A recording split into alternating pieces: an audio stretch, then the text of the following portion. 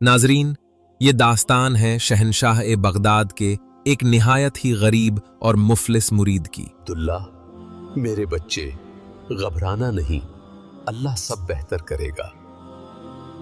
जब उसकी बूढ़ी माँ ने अपने इस गरीब बेटे से हज पर ले जाने की ख्वाहिश की। मुझे हज पे जाना है, तुम कहीं से बंदोबस्त करो। वो गरीब बेटा जो 2 वक्त की रोटी के लिए परेशान था, वो बेबस हो गया। फिर उसकी बूढ़ी माँ ने कैसे उसे जूते मारे, फिर शहनशाह ए बगदाद ने कैसे उसकी रहनुमाई की। नाजरीन, यकीनन ये वाकया आपके दिलों के तार हिला देगा।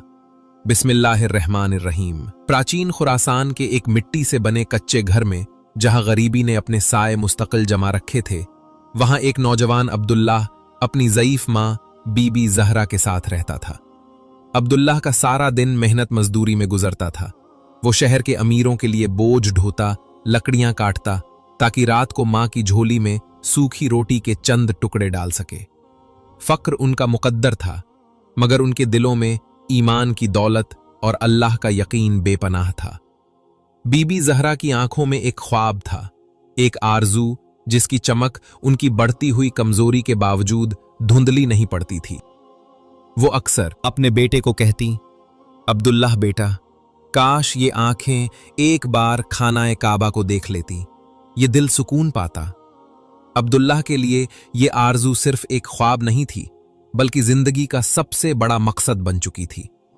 एक दिन शाम को जब अब्दुल्लाह थका हारा घर लौटा और मां के कदमों के पास बैठा, तो बीबी ज़हरा ने कहा, सुनती हूं हमारे जमाने में अल्लाह के बहुत से नेक बंदे गुजरे हैं, जैसे शहनशाह बगदाद, अल्लाह उन पर रहमत करे, जिनकी रूहानियत और तकवा की मिसालें दी जाती हैं।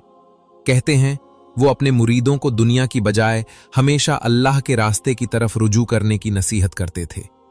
अगर उनका एक भी मुरीद आज हमारी मदद कर देता तो ये फक्र की जंजीर टूट जाती। अब्दुल्लाह ने मां की बात पर गहरी सांस ली। वो जानता था कि दुनियावी मदद का इंतजार फजूल है, लेकिन उसके दिल में शहनशाह बगदाद के लिए बेपनाह अकीदत थी। वो सिर्फ नेक बंदों से नसीहत का तालिब था, न कि माद्दी इमदाद का। अम्मी जान, शहनशाह बगदाद तो खुद तवक्कुल और कनात की बात करते थे। वो हमेशा कहते थे, मदद सिर्फ अल्लाह से मांगो, वो जात जो एक लम्हे में तकदीर बदल देती है। नेक बंदे तो सिर्फ राह दिखाते हैं। अब्दुल्लाह ने सर झुकाते हुए कहा। मगर अब्दुल्लाह को हज के लिए रकम जमा करने की कोई सूरत नजर नहीं आती थी। मक्का का सफर कठिन, लंबा और